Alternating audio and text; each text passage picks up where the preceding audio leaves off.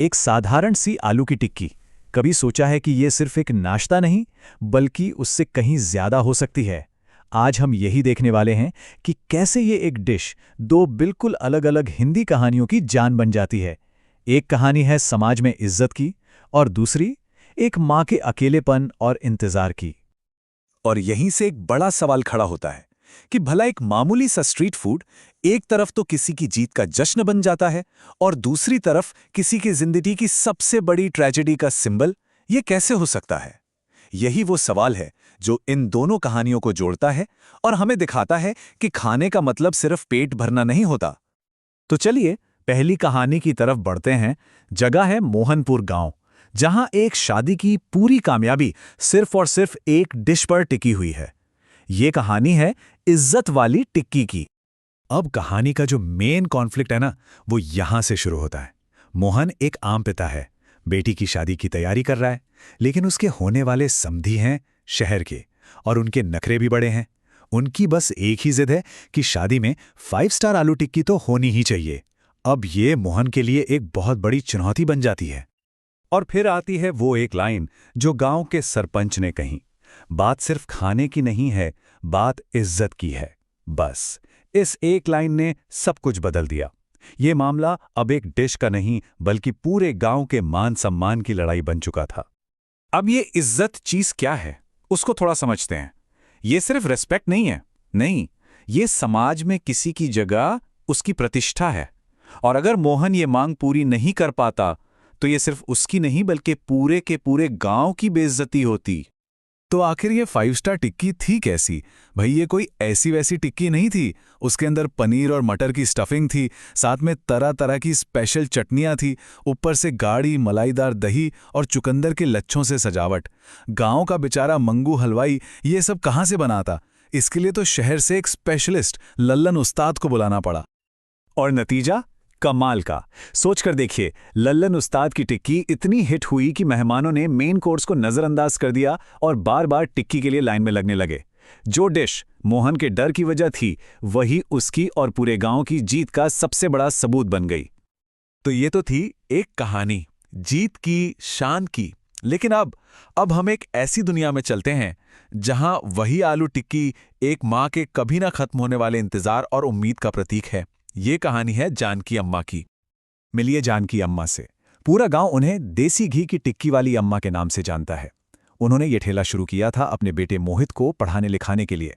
तो उनके लिए ये टिक्की सिर्फ कोई बिजनेस नहीं, बल्कि अपने बेटे के भविष्य के लिए किया गया एक त्याग है, एक प्यार है।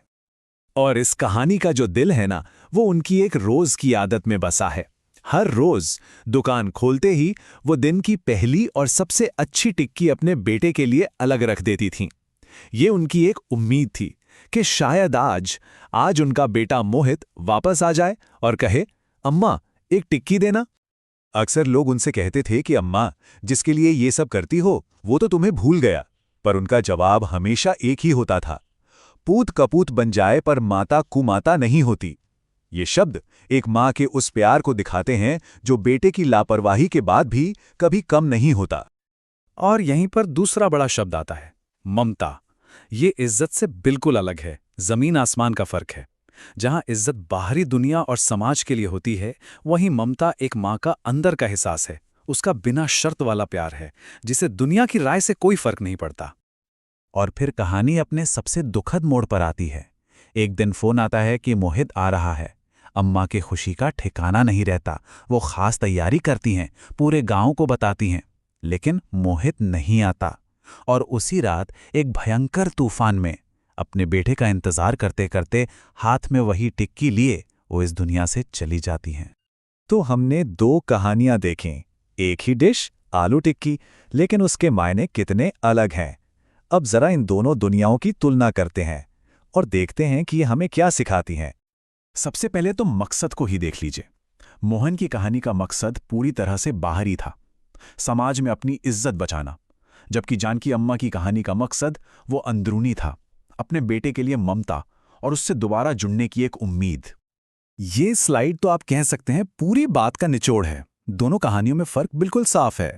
माहौल देखिए, एक तरफ शादी का जश्न है तो दूसरी तरफ एक अकेला सड़क का ठेला। भावनाएं देखिए, पहली कहानी चिंता से शुरू होकर गर्व पर खत्म होती है, तो दूसरी उम्मीद से शुरू होकर दिल टूटने पर। एक में टिक्की सोशल स्टेटस का सिंबल है, तो दूसरी में बिना शर्त वाले प्यार का। और आखिर में नतीजा, एक तरफ सबकी जीत है, तो दूसरी तरफ एक इंसान की बेहद निजी ट्रेजेडी। तो आखिर इन कहानियों से हम सीखते क्या हैं? भोजन और कहानी का ये जो रिश्ता है, ये इतना गहरा क्यों है? और ये सब हमारे लिए क्यों मायने रखता है? चलिए आखिरी हिस्से में इसे समझते हैं। देखिए, सबसे बड़ी बात तो ये है कि खाना सिर्फ खाना नहीं होता। ये हमारी संस्कृति, हमारी भावनाओं और हमारी कहानियों को बताने का एक जरिया है। एक ही आलू टिक्की इज्जत भी बन सकती है और ममता भी। ये कहानियां हमें सिखाती हैं कि किसी भी डिश का असली मतलब उसकी कहानी में छिपा होता है। और अंत में ये कहानियां हमें एक सवाल के साथ छोड़ जाती हैं। जरा सोचिए, अपनी जिंदगी में वो कौन सा ऐसा खाना है जो सिर्फ एक डिश नहीं बल्कि एक पूरी कहानी है? कोई याद है, कोई भावना है, या शायद किसी का इंतजार है?